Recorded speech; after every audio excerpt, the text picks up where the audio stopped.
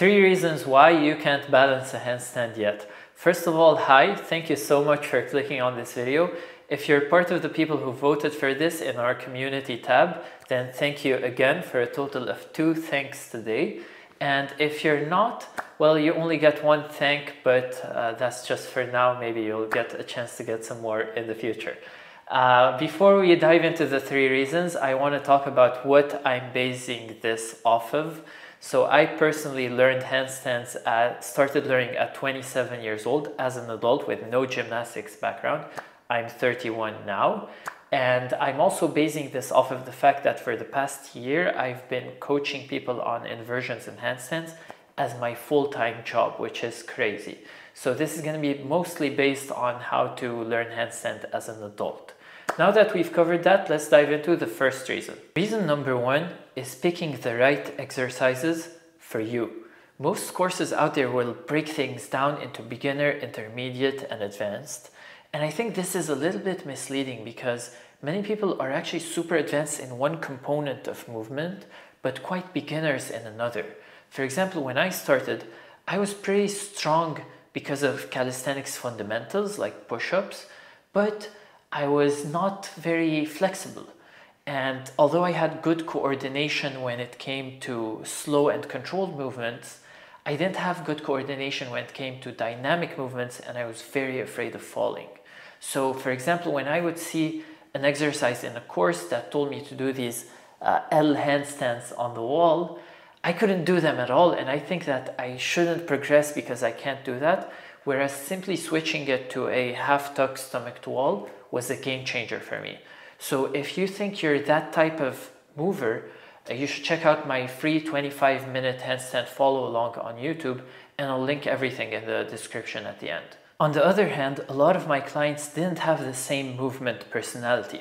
For example, they might have had a lot of flexibility, a lot of coordination, and good courage when it came to the fear of falling, but they didn't have enough shoulder strength and wrist strength.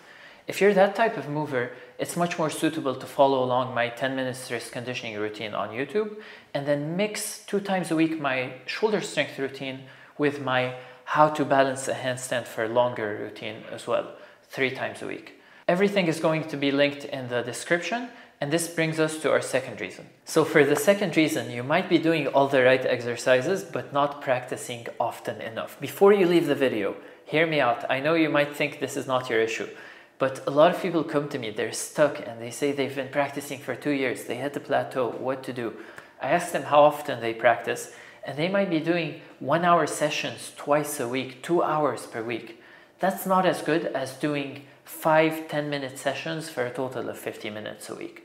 So the sessions don't have to be long, you have to be fresh, but they have to be often. I was practicing handstands, I was getting stuck, I was not really making any progress. It wasn't until I made the Instagram challenge where I posted every day for 30 days my practice that I saw huge results, huge progress. So you need to practice regularly. It doesn't have to be long. If you want, I have a 6-minute daily practice routine on YouTube. Also, I'll link in the description. You can follow along that. And if you do this 4 or 5 times a week, maybe even some days you feel inspired twice a day, you'll see huge results. The third reason, and this is so extremely important, is assessment. Now, whether you're doing it with a coach like I offer my clients, or you're doing it on your own or with a friend, you have to be filming yourself. I have this small gadget that helps me like hold my phone better, but also helps me attach it like this, and I'm able to film myself very quickly whenever I want. You can delete the videos if you want, but you have to film yourself and watch your own video between every single set when you can. So how I practice is that I'll film myself, I'll do a set. Before I watch the video, I'll try to imagine what it might look like, and then I'll watch the video to confirm. This allows me to develop the skill of connecting how it looks to how it feels, and you'd be surprised how much alone this can help you transform your practice. Now, I'm going to have a link to the specific one I use from Amazon in the description. If you buy it through that link, I get a little bit of a cut. You'd be supporting me, but no pressure. But buy something like this, or use a shoe, or use a wall, or use a yoga block.